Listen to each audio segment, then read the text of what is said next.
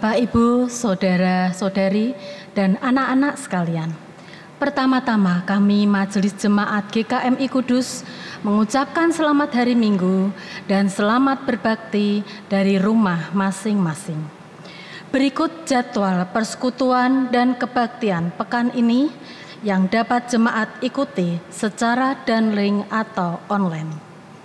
Pertama, persekutuan tunas remaja pada hari Minggu 4 Oktober 2020 pukul 10:30 pagi dengan tema Gerakan Pentakosta dan Karismatik, pelayan firman oleh Pendeta Setiawati. Kedua, persekutuan Komisi Perempuan pada hari Selasa 6 Oktober 2020 pukul 4:30 sore dengan tema KDRT, pelayan firman oleh Pendeta Erik Sudarma. Ketiga, persekutuan Komisi Lansia pada hari Rabu 7 Oktober 2020 pukul 4 sore dengan tema Menghargai Anugerah Allah, pelayan firman oleh Saudari Maria Dwi Rahayu Ningtyas. Keempat, persekutuan Komisi Pemuda pada hari Sabtu 10 Oktober 2020 pukul 6 sore dengan tema OCD, Online Church Dilemma, pelayan firman oleh Pendeta Erik Sudarma. Kelima, kebaktian umum pada Minggu 11 Oktober 2020 pukul 9 pagi dengan tema Menghargai Pilihan Allah oleh Saudari Ripkah Mentari Ayu Ningrum. Demikian warta yang kami sampaikan.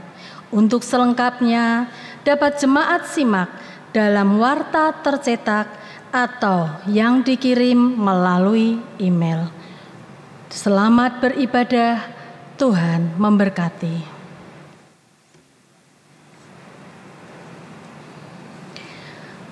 Masuklah melalui pintu gerbangnya dengan nyanyian syukur, ke dalam pelatarannya dengan puji-pujian.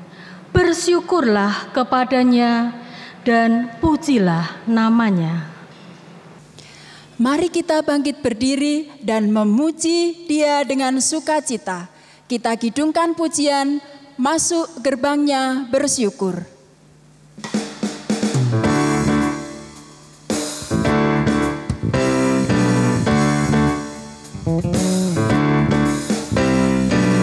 Masuk gerbangnya bersyukur dengan penuh pujian, bersuka di hadiratnya, nyanyi besarkan agung namanya, pujian Dia tiuplah sangkakala, musik dan tarian.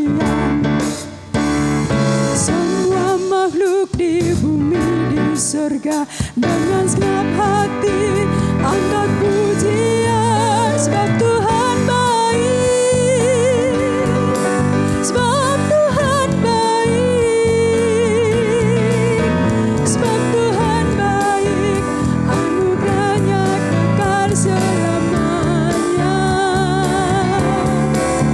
sebab Tuhan baik, sebab Tuhan baik, sebab Tuhan baik, anugerahnya kekal selamanya, sebab Tuhan baik, anugerahnya kekal selamanya.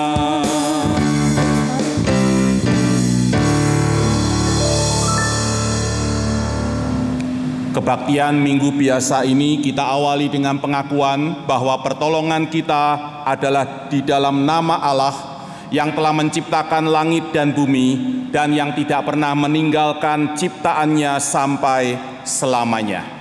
Kasih karunia dan damai sejahtera dari Allah Bapa kita dan dari Tuhan kita Yesus Kristus atas saudara sekalian.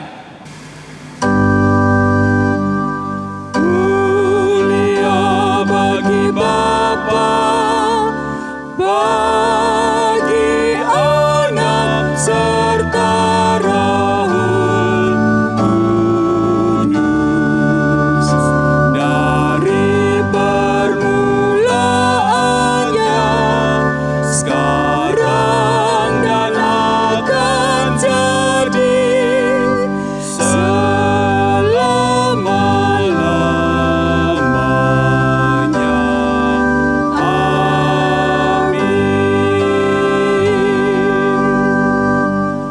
Apabila aku bertemu dengan perkataan-perkataanmu, maka aku menikmatinya.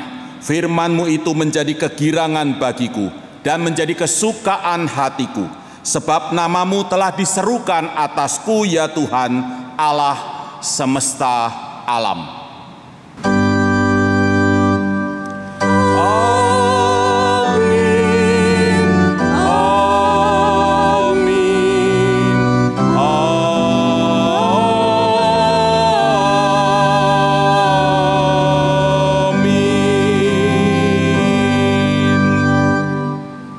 Silakan duduk.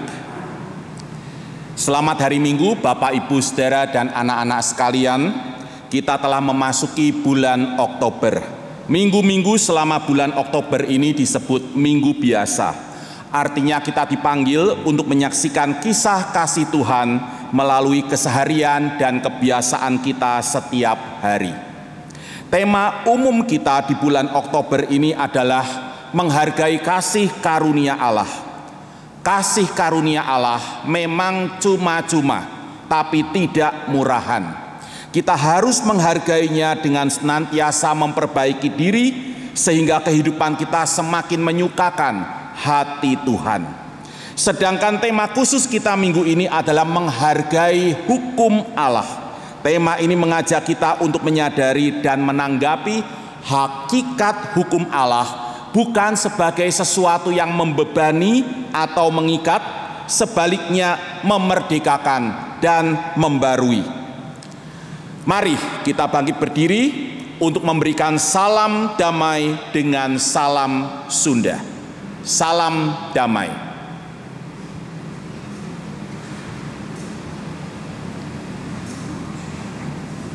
Silakan duduk. Marilah kita bermazmur bagi Tuhan menurut Mazmur 25 ayat 1b sampai 10.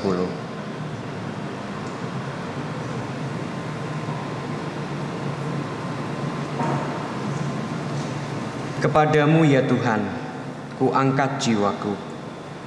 Allahku, kepadamu aku percaya. Janganlah kiranya aku mendapat malu. Janganlah musuh-musuhku beria-ria atas aku. Ya, semua orang yang menantikan Engkau takkan mendapat malu. Yang mendapat malu ialah mereka yang berbuat khianat dengan tidak ada alasannya. Beritahukanlah jalan-jalan-Mu kepadaku ya Tuhan. Tunjukkanlah itu kepadaku.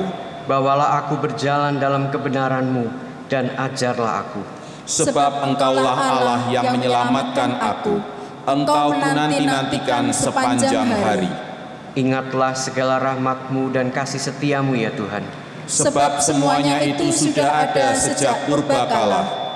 Dosa-dosaku pada waktu muda Dan pelanggaran-pelanggaranku janganlah kau ingat. Tetapi ingatlah kepadaku sesuai dengan kasih setia-Mu. Oleh karena kebaikan-Mu ya Tuhan. Tuhan itu baik dan benar. Sebab itu ia menunjukkan jalan kepada orang yang sesat. Ia membimbing orang-orang yang rendah hati menurut hukum. Dan ia mengajarkan jalannya kepada orang-orang yang rendah hati. Segala jalan Tuhan adalah kasih setia dan kebenaran. Bagi orang yang berpegang pada perjanjiannya dan peringatan-peringatannya. Agungkanlah Allah dengan pujian, suci, suci, suci.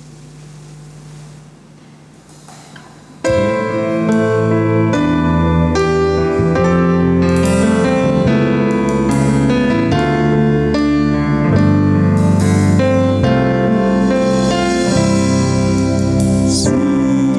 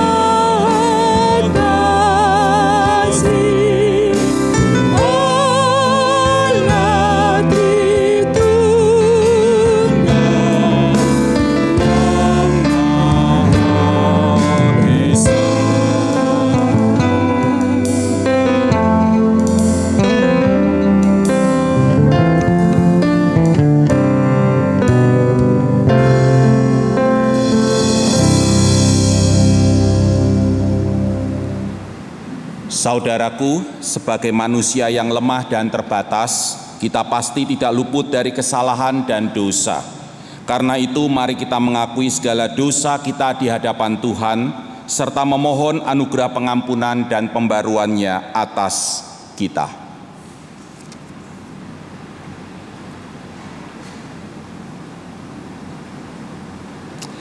Ya Tuhan, sebagai orang berdosa yang telah Kau tebus, sudah selayaknya kami menanggapi kasih karunia-Mu itu dengan menghargai dan hidup seturut firman-Mu.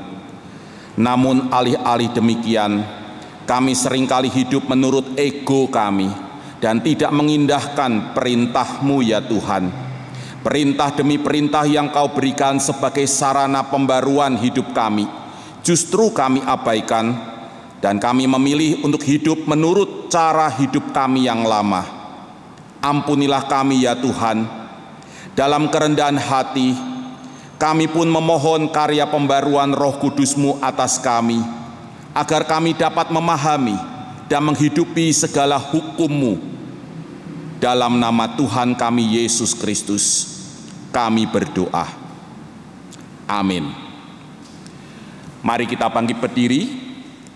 Bagi kita yang telah mengaku dosa, kini dengarlah berita perdamaian. Titus pasal 2 ayat 14. Juru selamat kita Yesus Kristus telah menyerahkan dirinya bagi kita untuk membebaskan kita dari segala kejahatan dan untuk menguduskan bagi dirinya suatu umat kepunyaannya sendiri yang rajin berbuat baik. Hendaknya kita nyatakan kasih dan kesetiaan kita kepada Tuhan dengan merenungkan dan melakukan firman-Nya. Untuk menyambut firman-Nya, kita nyanyikan pujian, Aku mengasihi Engkau Yesus.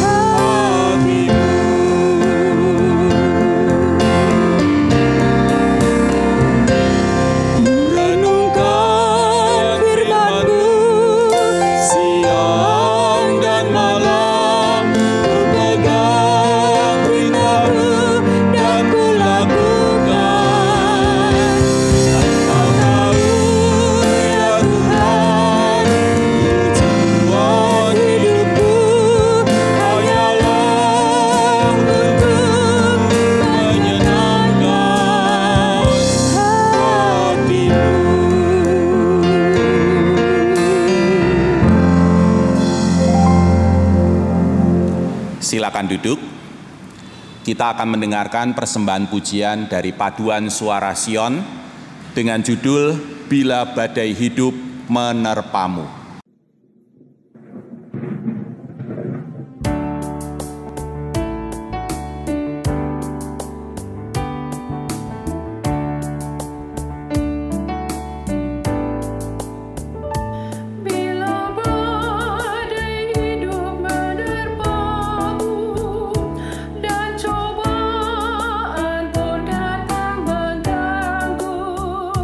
Kasih dan setia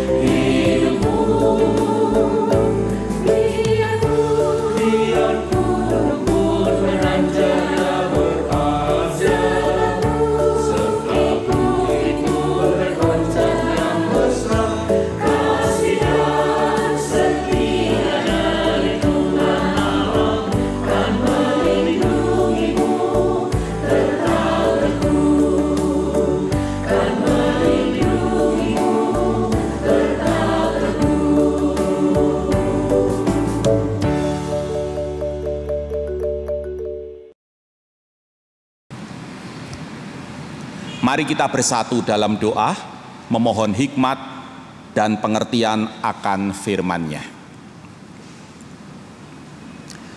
Bapa yang Maha Baik, kami akan membaca dan merenungkan firman-Mu, hamba-Mu akan menjelaskannya.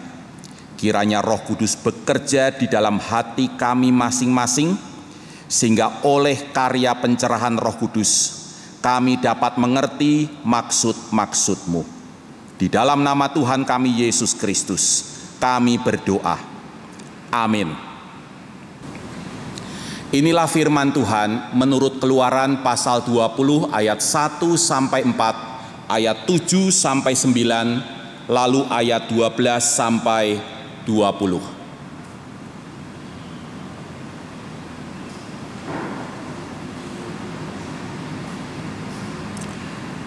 Lalu Allah mengucapkan segala firman ini, Akulah Tuhan Allahmu yang membawa engkau keluar dari tanah Mesir, dari tempat perbudakan. Jangan ada padamu Allah lain di hadapanku. Jangan membuat bagimu patung yang menyerupai apapun yang ada di langit di atas, atau yang ada di bumi di bawah, atau yang ada di dalam air di bawah bumi. Jangan menyebut nama Tuhan Allahmu dengan sembarangan, sebab Tuhan akan memandang bersalah orang yang menyebut namanya dengan sembarangan. Ingatlah dan kuduskanlah hari Sabat. 6 hari lamanya engkau akan bekerja dan melakukan segala pekerjaanmu. Hormatilah ayahmu dan ibumu, supaya lanjut umurmu di tanah yang diberikan Tuhan Allahmu kepadamu. Jangan membunuh, jangan berzina, jangan mencuri, jangan mengucapkan saksi dusta tentang sesamamu. Jangan mengingini rumah sesamamu. Jangan mengingini istrinya, atau hambanya laki-laki, atau hambanya perempuan, atau lembunya, atau keledainya, atau apapun yang dipunyai sesamamu. Seluruh bangsa itu menyaksikan guruh mengguntur, kilat sambung menyambung, sangkakala berbunyi, dan gunung berasap. Maka bangsa itu takut dan gemetar, dan mereka berdiri jauh-jauh. Mereka berkata kepada Musa, Engkaulah berbicara dengan kami, maka kami akan mendengarkan. Tetapi janganlah Allah berbicara dengan kami, nanti kami mati. Tetapi Musa berkata kepada bangsa itu, Janganlah takut, sebab Allah telah datang dengan maksud untuk mencoba kamu, dan dengan maksud supaya takut akan Dia ada padamu, agar kamu jangan berbuat dosa. Demikianlah firman Tuhan. Haleluya, haleluya, haleluya. Tema umum bulan Oktober adalah menghargai kasih karunia Allah. Ada beraneka ragam dan rupa-rupa kasih karunia Allah bagi umat Tuhan. Di antaranya berupa hukum atau perintah. Karena itu tema kita minggu ini adalah menghargai hukum Allah. Alkitab memuat banyak hukum dan kumpulan hukum Allah. Salah satunya yang paling terkenal termuat dalam nas kita, yaitu 10 perintah Allah atau dasatitah. Jarang-jarang kita mendengar khotbah tentang dasatitah. Semoga saya dapat menjelaskannya dengan baik. Saudaraku, dasatitah bukan satu-satunya kumpulan hukum Allah. Bukan juga yang pertama. Sebelum dasatitah, sudah ada hukum dan kumpulan hukum lainnya. Bahkan sejak kisah penciptaan, Alkitab sudah bicara perihal hukum Allah, seperti amanat untuk beranak cucu, memenuhi bumi, dan mengelola kehidupan di muka bumi ini. Kejadian pasal 1 ayat 28. Juga larangan untuk makan buah pohon pengetahuan tentang yang baik dan yang jahat di tengah taman. Kejadian pasal 2 ayat 17. Begitupun sesudah dasatitah, ada kumpulan-kumpulan hukum lainnya, seperti yang terdapat dalam bagian yang disebut Kitab Perjanjian. Kita bisa lihat itu dalam Keluaran pasal 20 ayat 22 sampai pasal 23 ayat 33. Imamat 19 dan hukum-hukum lainnya dalam kitab Imamat dan Bilangan. Juga bagian yang disebut sebagai kode Deuteronomik yang kita dapat jumpai dalam Ulangan pasal 12 sampai 26. Sesudah Dasatitah ada kumpulan-kumpulan hukum lainnya. Intinya saudaraku, sejak semula hukum Allah telah menjadi bagian utuh dari kehidupan manusia sebagai makhluk yang diciptakan menurut gambar Allah dan dipanggil untuk berkarya sesuai jati dirinya tersebut. Dan hal itu tidak berubah setelah manusia jatuh ke dalam dosa. Hukum Allah telah menjadi bagian utuh dari kehidupan komunitas orang percaya sebelum mereka menerima Dasatitah dan sesudahnya. Dengan hukumnya, Allah menunjukkan bagaimana manusia, pemikul gambarnya itu, selayaknya berkarya di dunia ini.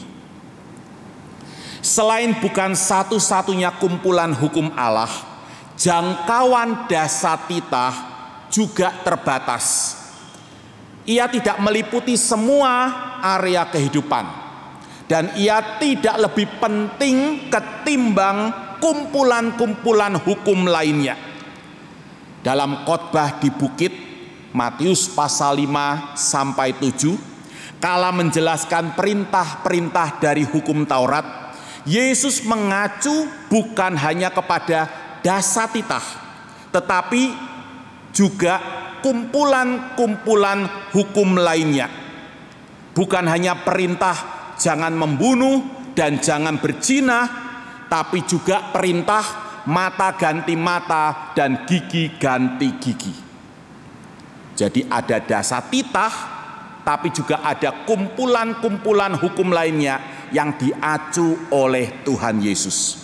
Setiap kumpulan hukum memiliki nilai pentingnya sendiri.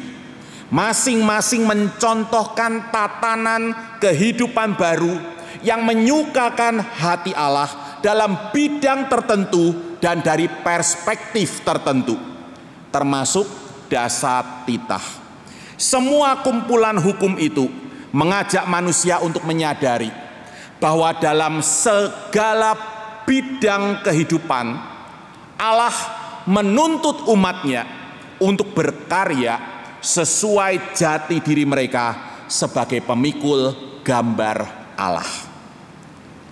Toh tak dapat dipungkiri bahwa baik di dalam Alkitab, termasuk tulisan-tulisan Perjanjian Baru maupun tradisi Kristen, termasuk Anabaptis, Dasatitah memiliki tempatnya sendiri.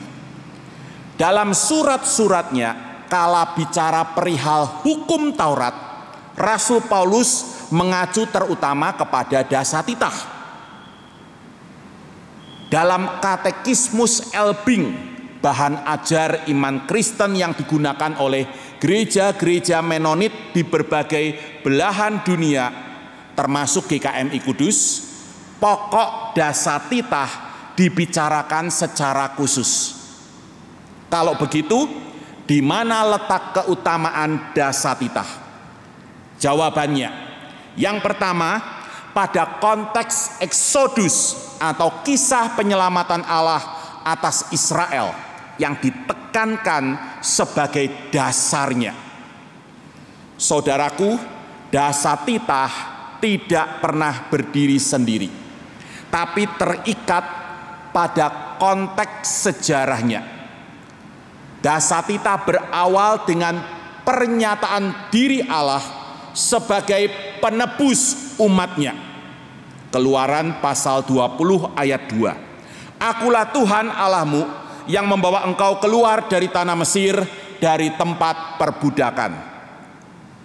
Dasatitah diberikan Tuhan kepada umatnya yang telah mengalami karya penyelamatannya dan diundang untuk menanggapinya dengan melakukan adaptasi kehidupan baru yang ditunjukkan oleh Dasatita.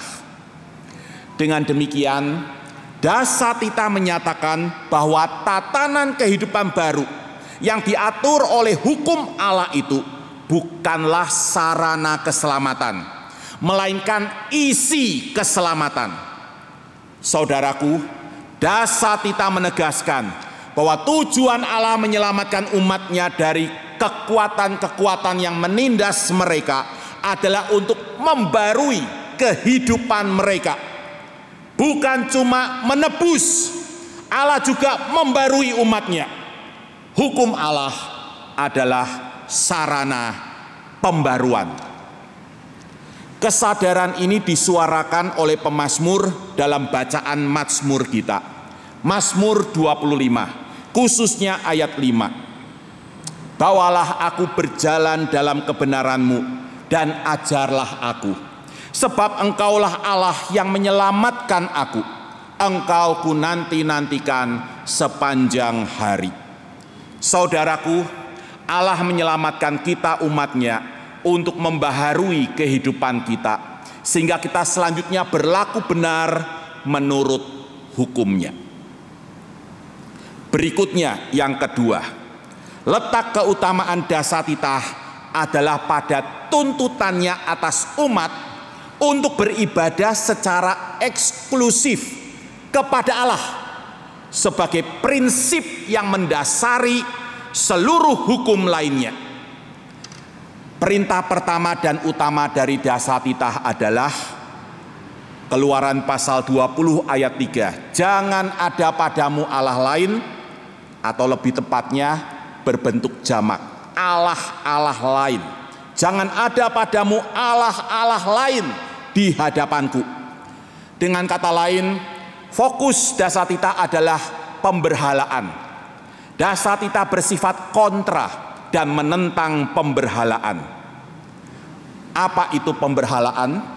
Pada masa itu pemberhalaan dipahami atau dibayangkan secara material berupa penyembahan patung, seperti ditunjukkan oleh perintah kedua dari Dasatita ayat 4-5. Jangan membuat bagimu patung yang menyerupai apapun yang ada di langit di atas, atau di bumi di bawah, atau yang ada di dalam air di bawah bumi. Jangan sujud menyembah kepadanya atau beribadah kepadanya. Yang dilarang di sini bukanlah membuat patung sebagai karya seni rupa 3 dimensi, bukan, tapi membuat patung sembahan atau berhala. Saudaraku, dalam Perjanjian Lama, kata Ibrani pesel selalu digunakan dalam arti patung sembahan. Itu yang dilarang.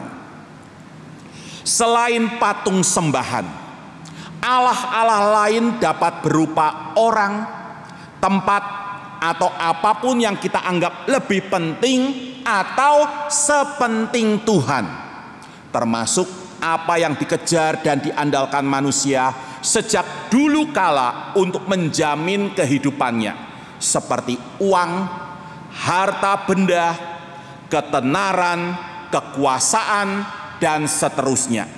Karena itu, perintah untuk beribadah secara eksklusif kepada Allah mendasari semua perintah yang mengikutinya. Perbuatan menyembah patung, menyalahgunakan nama Allah untuk keuntungan pribadi, mengejar kekayaan tanpa kenal istirahat, mengabaikan kebutuhan orang tua yang sudah lanjut usia, membunuh, berzina, mencuri, berdusta, dan mengingini harta benda orang lain. Semua itu lahir dari semangat pemberhalaan. Seperti ditunjukkan oleh Tuhan Yesus lewat perumpamaan tentang penggarap-penggarap kebun anggur. Matius pasal 21 ayat 33 sampai 46. Adalah seorang tuan tanah yang mempercayakan kebun anggurnya lengkap dengan segala fasilitasnya kepada para penggarap. Namun ketika tiba musim petik dan sang tuan mengirim hamba-hambanya untuk menerima bagiannya, alih-alih menyerahkannya sebagai tanda bakti dan syukur kepada sang tuan yang telah bermurah hati, para penggarap itu malahan menangkap, memukul dan membunuh hamba-hamba sang tuan.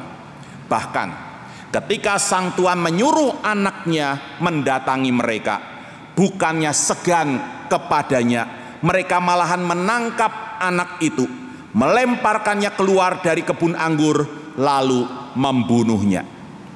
Perilaku mereka melukiskan perilaku para pemimpin agama di zaman Yesus, yang menyalahgunakan kepercayaan yang diberikan kepada mereka atas umat.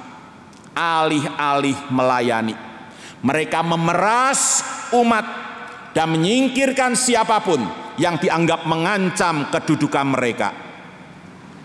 Mengapa? Karena mereka memiliki Allah-Allah lain di hadapan Tuhan. Meminjam bahasa Rasul Paulus dalam Filipi pasal 3 ayat 19, Tuhan mereka adalah perut mereka. Saudaraku, hukum Allah adalah sarana penyucian ibadah kita kepada Allah. Dasatitah menolong kita untuk tidak jatuh terus-menerus di dalam semangat pemberhalaan. Yang terakhir, yang ketiga, letak keutamaan dasatitah adalah pada kedalaman tanggapan yang dibangkitkannya di hati umat. Dasatitah yang bersifat kontra dan menentang pemberhalaan itu mencerminkan kedalaman rasa cinta Allah kepada umatnya. Keluaran pasal 20 ayat 5 sampai 6 berbunyi demikian, jangan sujud menyembah kepadanya, yaitu patung sembahan, atau beribadah kepadanya, sebab aku Tuhan Allahmu adalah Allah yang cemburu, yang membalaskan kesalahan bapa kepada anak-anaknya, kepada keturunan yang ketiga dan keempat dari orang-orang yang membenci aku. Tetapi aku menunjukkan kasih setia kepada beribu-ribu orang, yaitu mereka yang mengasihi aku dan yang berpegang pada perintah-perintahku. Saudaraku, dalam perjanjian lama, kata cemburu dari kata Ibrani kana hanya dikenakan kepada Allah untuk menyatakan kedalaman rasa cintanya kepada umatnya. Saudaraku, Allah bukanlah sosok yang mengambil jarak dengan umatnya. Sebaliknya, terlibat begitu dalam dengan segenap hati, jiwa, dan kekuatannya di hidup umatnya. Karena itu, tanggapan yang dikehendaki Allah dari umatnya adalah timbal balik. Cinta bersambut cinta. Melihat umat takut dan gemetar di hadapan fenomena guruh dan kilat yang menyelimuti pemberian dasatitah, Keluaran pasal 20 ayat 18, Musa berkata, janganlah takut, sebab Allah telah datang dengan maksud untuk mencoba kamu, dan supaya takut akan Dia ada padamu, agar kamu jangan berbuat dosa. Ayat 20. Pertanyaannya, mengapa Musa meminta mereka untuk tidak takut, tapi sekaligus menyatakan bahwa tujuan penyataan diri Allah yang dahsyat itu adalah supaya mereka memiliki rasa takut akan Dia? Jawabannya terletak pada dua macam rasa takut. Pertama, rasa takut kepada sosok yang kuat dan jahat. Kedua, rasa takut kepada sosok yang kuat namun baik. Terhadap Allah, umat hendaknya memiliki rasa takut bukan yang pertama, tetapi yang kedua. Allah menyatakan dirinya bukan sebagai sosok yang kuat dan jahat, mau menghancurkan mereka. Tidak, melainkan sebagai sosok yang kuat namun baik. Bahkan sangat mencintai mereka, mau terlibat sedalam-dalamnya di hidup umatnya. Karena itu, mereka selayaknya menanggapi hukum Allah dengan takut dan cinta. Menaati hukum Allah bukan karena takut dihukum, tapi karena mencintai Allah dan takut menyakiti hati Allah. Hal ini ditegaskan dalam kitab Ulangan.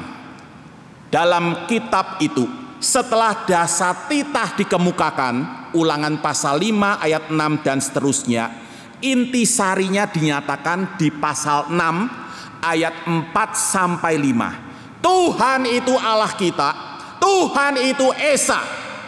Kasihilah Tuhan Allahmu dengan segenap hatimu, dengan segenap jiwamu, dan dengan segenap kekuatanmu. Saudaraku, puncak penyataan diri Allah sebagai sosok yang kuat namun sangat mencintai umatnya adalah peristiwa inkarnasi, mendagingnya Allah dalam sosok Yesus yang melayani sesamanya sampai rela mati di salib demi menyelamatkan mereka dan bangkit dari kematian untuk membaharui kehidupan mereka. Bayangkan, dengan segenap hati, jiwa, dan kekuatannya Tuhan telah dan terus-menerus terlibat begitu dalam di hidup kita. Maka sudah selayaknya kita pun mengasihinya dengan segenap hati, dengan segenap jiwa, dan dengan segenap kekuatan kita. Caranya dengan menghargai hukumnya. Artinya menaati hukum Allah sebagai sarana pembaharuan kehidupan kita, sebagai sarana penyucian ibadah kita kepadanya, dan sebagai sarana penyataan cinta kita kepada Tuhan. Saudara sekalian, di masa pandemi ini, protokol kesehatan juga bisa dipandang sebagai hukum Allah karena mengandung nilai kasih kepada Tuhan dan sesama manusia. Dengan menaati protokol kesehatan, selalu mengenakan masker, menjaga jarak, menghindari kerumunan dan tidak membuat kerumunan sendiri, selalu memelihara sirkulasi ruangan tempat kita dan orang lain berada, tidak bepergian kecuali sangat perlu, kita akan melindungi bukan cuma diri kita, tapi juga orang-orang di sekitar kita. Karena itu kita harus mengikutinya, bukan karena takut kena disiplin PSBB, melainkan karena mengasihi Tuhan dan sesama manusia. Amin.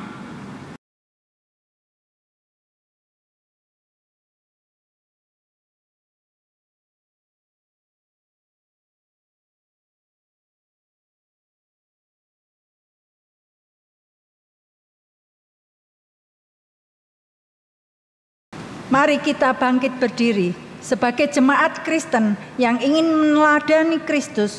Marilah kita mengikrarkan komitmen kemuritan. Kami bersaksi bahwa tidak seorang pun dapat sungguh-sungguh mengenal Kristus kecuali ia yang mengikutinya setiap hari dalam kehidupan. Dan sebagai bagian dari gereja yang am, marilah bersama-sama dengan gereja-gereja di sepanjang abad dan tempat kita mengikrarkan pengakuan iman rasuli. Aku percaya kepada Allah, Bapa yang Maha Kuasa, Khalik langit dan bumi, dan kepada Yesus Kristus, Anaknya yang tunggal Tuhan kita, yang dikandung dari Roh Kudus, lahir dari anak darah Maria, yang menderita sengsara di bawah pemerintahan Pontius Pilatus, disalibkan, mati dan dikuburkan, turun ke alam maut, pada hari yang ketiga bangkit pula dari antara orang mati, naik ke surga, duduk di sebelah kanan Allah, Bapa yang Maha Kuasa, dan dari sana ia akan datang kembali untuk menghakimi orang yang hidup dan yang mati. Aku percaya kepada Roh Kudus, gereja yang kudus dan am, persekutuan orang kudus, pengampunan dosa, kebangkitan orang mati, dan hidup yang kekal. Silakan duduk. Mari kita berdoa. Allah penebus dan pembaharu hidup kami umat-Mu, kami bersyukur atas hukum-Mu yang Kau berikan kepada kami sebagai sarana pembaharuan, sarana penyucian ibadah kami, dan sarana menyatakan cinta kami kepadamu. Tolonglah kami melakukannya dengan segenap hati, jiwa, dan kekuatan kami. Allah penebus dan pembaharu hidup kami umat-Mu, tolonglah pemerintah negeri kami untuk mengambil langkah-langkah yang bijak dan pro rakyat demi meredam dan mengatasi penyebaran virus corona di seluruh penjuru negeri. Karuniakanlah nurani yang bersih kepada segenap aparat pemerintah daerah, agar dana penanganan corona benar-benar digunakan semaksimal mungkin untuk melayani masyarakat, bukan disalahgunakan untuk kepentingan dan keuntungan pihak-pihak tertentu. Allah penebus dan pembaharu hidup kami umat-Mu, tolonglah juga saudara-saudara kami yang sedang sakit dan lemah tubuh, Bapak Bambang Suprapto, Bapak Silas Suyanto, Bapak Sandono, Bapak Hembang Napitupulu, Bapak Budiman Hadi Surya, Bapak Stefanus Yulianto Lestari, Bapak Susanto Hananta, Ibu Ana Maria Andarmani, Ibu Ana Sulistiningsih, Ibu Lim Kongwi, Ibu Lilian Hua, Ibu Tan Lin Hua, Ibu Gui Giok Kim, Ibu Tan Mei Fong, Ibu Ruth Suryani, Ibu Sunarsih, Ibu Kwik Chwanyo, dan anak Beneta Akuin Raharjo. Lawat, jamah, dan sembuhkan mereka ya Tuhan. Juga kuatkan iman mereka dan murnikan penyerahan diri mereka kepadamu, sehingga mereka dapat tetap menyaksikan kisah kasih-Mu di tengah segala kelemahan mereka. Tolonglah juga keluarga almarhumah Ibu Erna Setiawati Harjo yang sedang berduka atas wafatnya istri dan ibunda tercinta. Kuatkan dan hiburkan mereka ya Tuhan. Semua permohonan ini kami panjatkan di dalam nama Tuhan Yesus Kristus yang telah mengajar kami berdoa. Bapa kami yang di surga, dikuduskanlah nama-Mu, datanglah kerajaan-Mu, jadilah kehendak-Mu di bumi seperti di surga. Berikanlah kami pada hari ini makanan kami yang secukupnya, dan ampunilah kami akan kesalahan kami, seperti kami juga mengampuni orang yang bersalah kepada kami. Dan janganlah membawa kami ke dalam pencobaan, tetapi lepaskanlah kami daripada yang jahat. Karena Engkaulah yang empunya kerajaan, dan kuasa, dan kemuliaan, sampai selama-lamanya. Amin. Saudaraku, di akhir kebaktian ini, mari kita nyatakan tekad kita untuk setia menghargai hukum Allah. Mari kita naikkan kidung pamungkas, percaya dan patuh.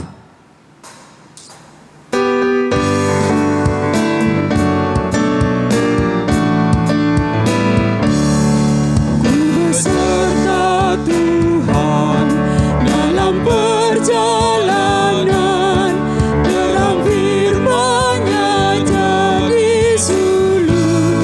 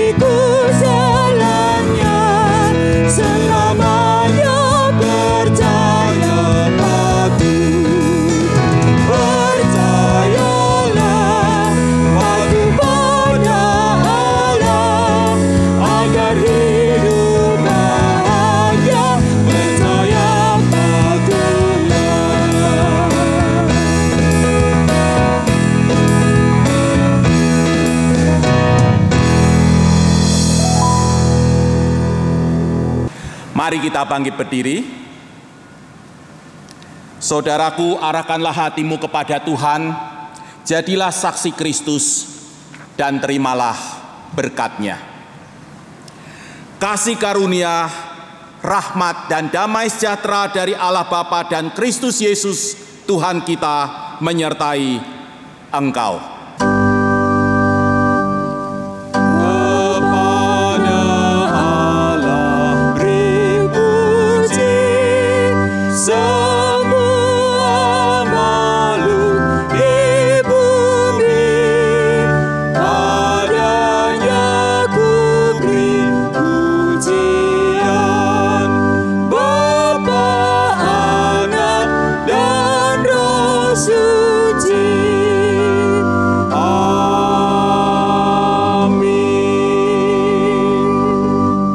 Silakan duduk dan mengambil saat teduh sejenak.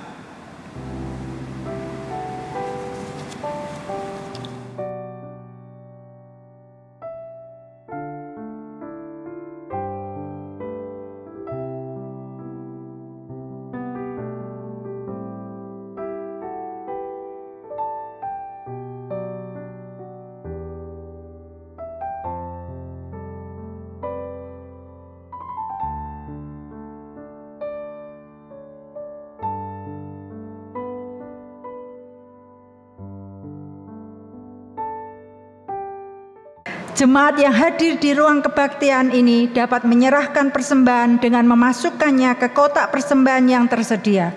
Sedangkan jemaat yang beribadah dari rumah dapat menyerahkannya seperti biasanya.